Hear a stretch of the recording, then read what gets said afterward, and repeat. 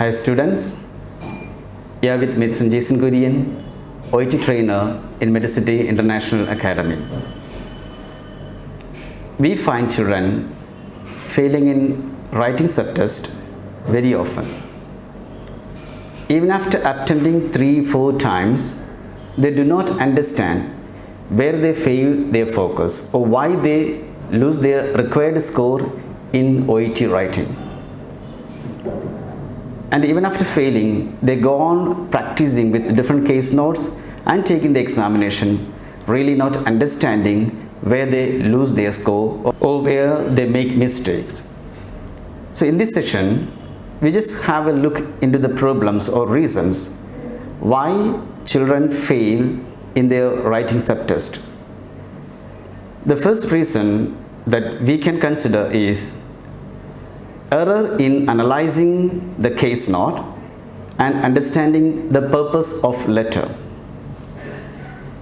When you practice with the different case notes, try to understand what kind of letter you are supposed to write. You make different kinds of case note. The case note may demand you to admit the patient. It may be an admission letter, or it may be a referring back letter, or it may be updating the information to a mother. So the first thing you must understand is what kind of letter or what is the purpose of writing this letter. Once if you understand the purpose of the letter, you must look into the plan or request, discharge plan as it is given. Please try to know to whom you write the letter and what is expected from the reader. In the letter, of course, you expect certain things, certain kinds of services or treatment of assistance from the reader. So it should be clear in the purpose itself. What do you expect from the reader? If it is not clear to you, you may go wrong with your purpose, and the complete organization of the paragraphs and selection of data go wrong. Selection of the data is directly related to the purpose of writing the letter. So the first thing you must know, you must try to understand is the purpose, and you must know how to analyze the case note properly. Moving to the next reason, it can be the selection of relevant data as according to the demand of the reader. When you select data, focus should be given to the reader. From the case note, you can understand what is expected from the reader, and that is given clearly in your discharge plan, or it may be given in your writing task itself, what you have to write in your letter. For example, when you write a letter to the psychiatrist, after reading the first body paragraph, the psychiatrist must have a feeling that the patient should get this kind of service from, or patient is surely in need of the service from the psychiatrist. So what is more important to the reader or psychiatrist should be selected from the case note. Suppose you are writing a letter to the social worker, and the purpose of writing letter to the social worker is to seek assistance for various things. After reading the first body paragraph, social worker must have a feeling that the patient must get this kind of service, or the purpose of writing the letter should be very clear to the social worker. So when you select data, keep in your mind the reader's point of view. What is expected from the reader? Based on that, and what is requested in the discharge plan, you have to select the data.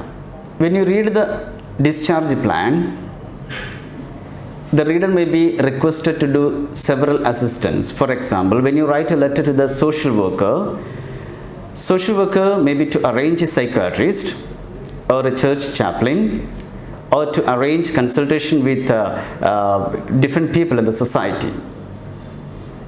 So when you select data, it should be clear to the social worker why the patient needs a consultation with a psychiatrist, consultation with a chaplain, or consultation with many other people. So you have to select data according to the discharge plan too, and that becomes the purpose of writing the letter.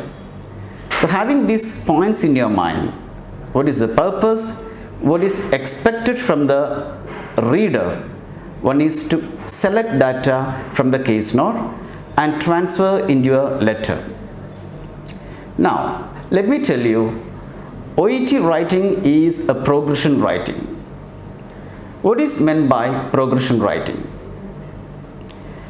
The data or the information that you select from the case note flows from the purpose to the plan without any pause. Or the reader shouldn't be stuck in between while he reads. And what can stop the flow of the reader?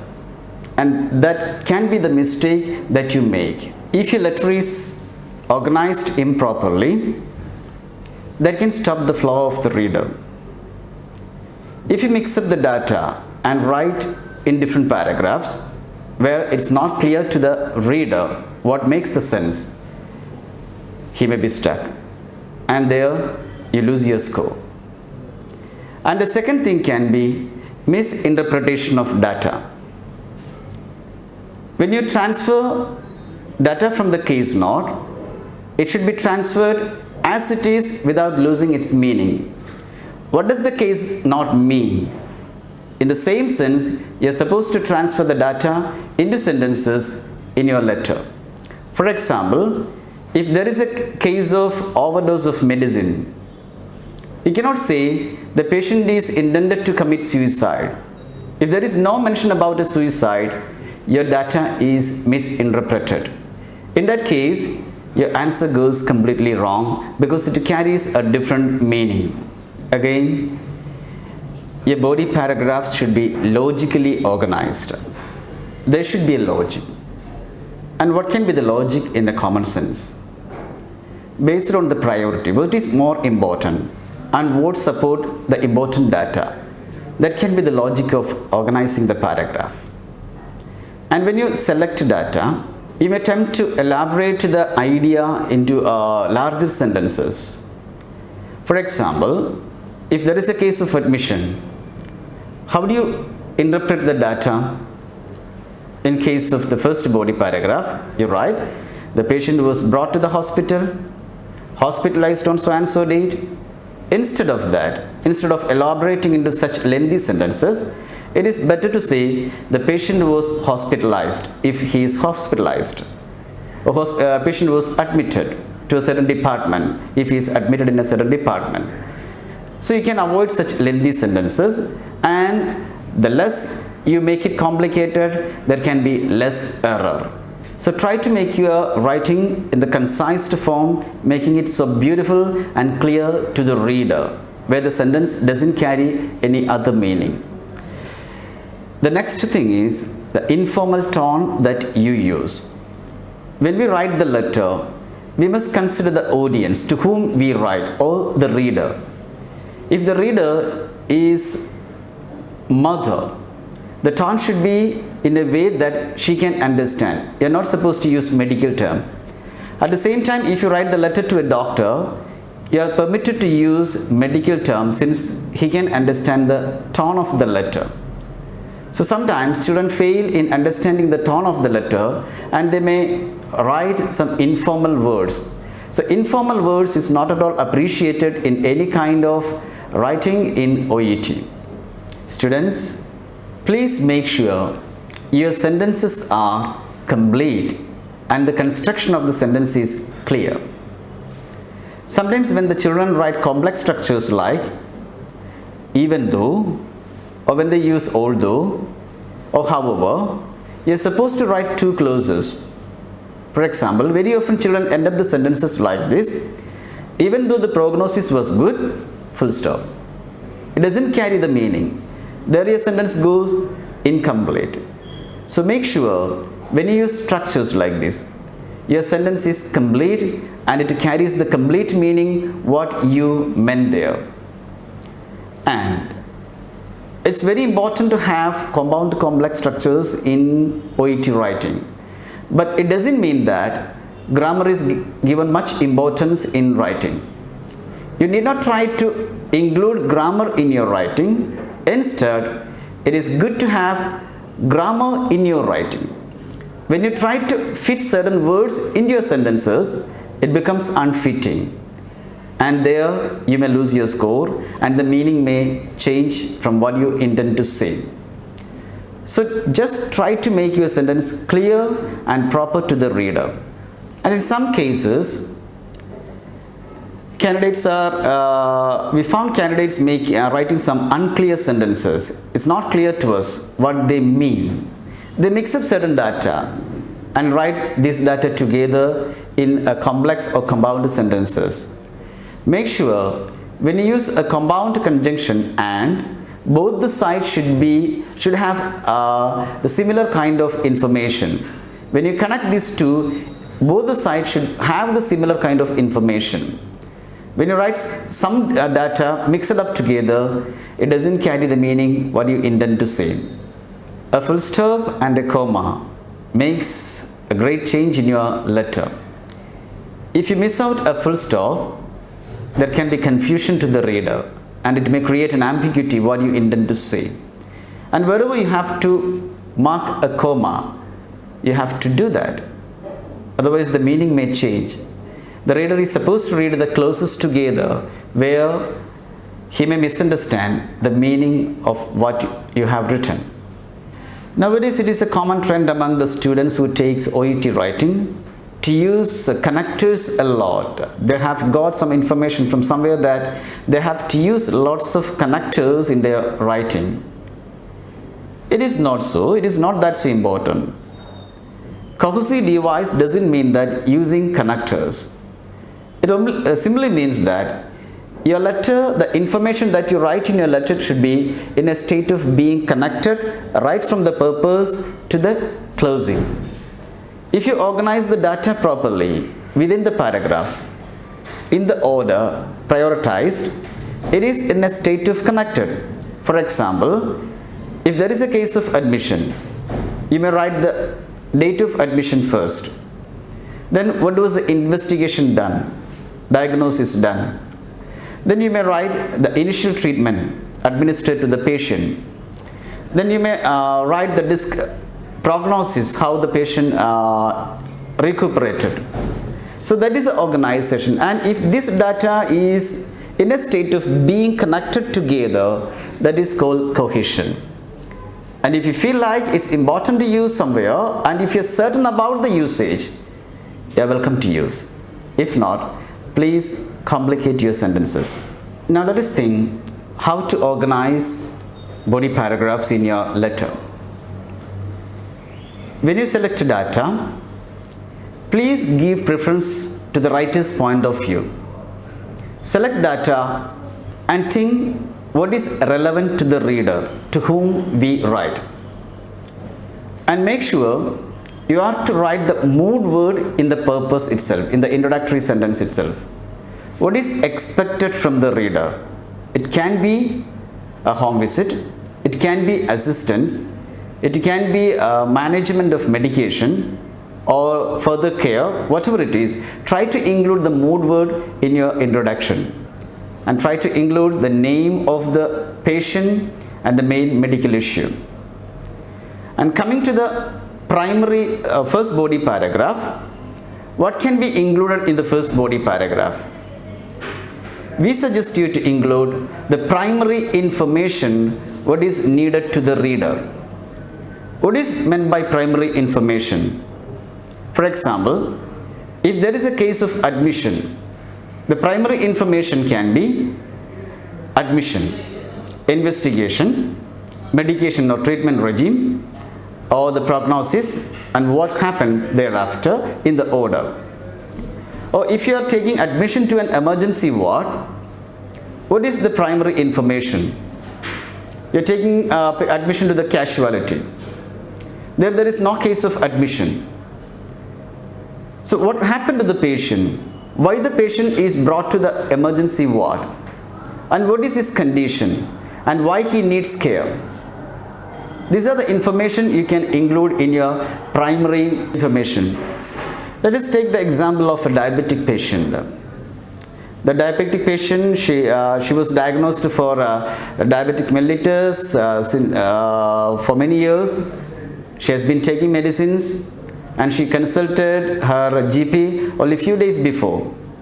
And GP is referring the patient to an endocrinologist. So what is the most important case here? There was no case of admission. So what can become the primary information to be included in the first body paragraph?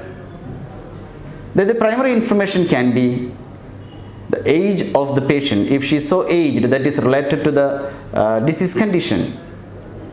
Next one, family history can be the primary information because there can be several people, many relatives in her family having the same problem. Next can be the first diagnosis, the initial diagnosis of the problem. When was it first diagnosed? And what medicine she has been taking until then. So these are the information you can include in your primary information or in the first body paragraph. And please try to arrange this information in a order where you feel it is in a state of connected. So first you can write the age, then you can think of the family history, then you can think of the first time when it was detected, then the medication and how she improved her condition. Now let us come into the second body paragraph. In the second body paragraph, you have to select the supporting data. What is meant by supporting data?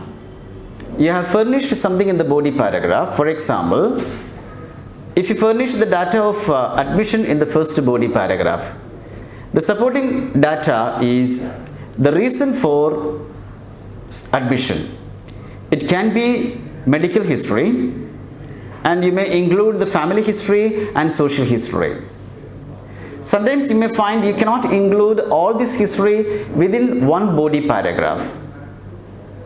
You are supposed to write more than one paragraph there.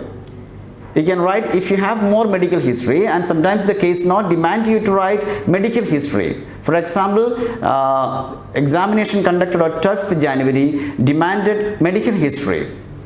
And you may find it very difficult to include medical history, social history and family history in one body paragraph.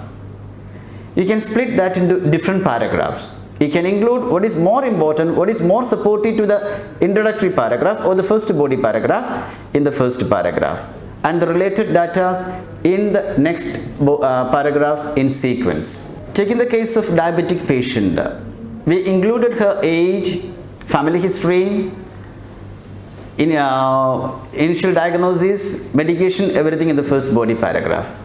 And what can be the second body paragraph? A doctor is writing a letter to the endocrinologist, referring the letter. And what can be the second body paragraph?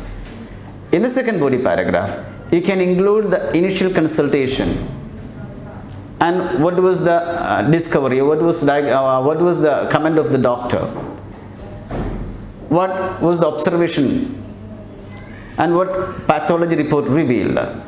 You can include all those information in the second body paragraph. Or if there is a review of medication, or if there is a change in the medication or dosage, and if you feel there are much more information to be written, you can split that into many paragraphs and write in the order as per the time. After furnishing all the supporting data in one paragraph or in several paragraphs, you are supposed to go to the plan. In the case note, you may be given discharge plan. You are supposed to request many things from the reader. There you can write the request one by one as per the demand of the patient. In some cases, you have to give the information for the request in the previous paragraph. For example, when you write a letter to the social worker, you may demand a consultation with a psychiatrist. You may demand a consultation with a chaplain. Make sure you furnish the data why the patient need a consultation with a psychiatrist in the earlier paragraph. Please don't directly request the reader a consultation with a psychiatrist.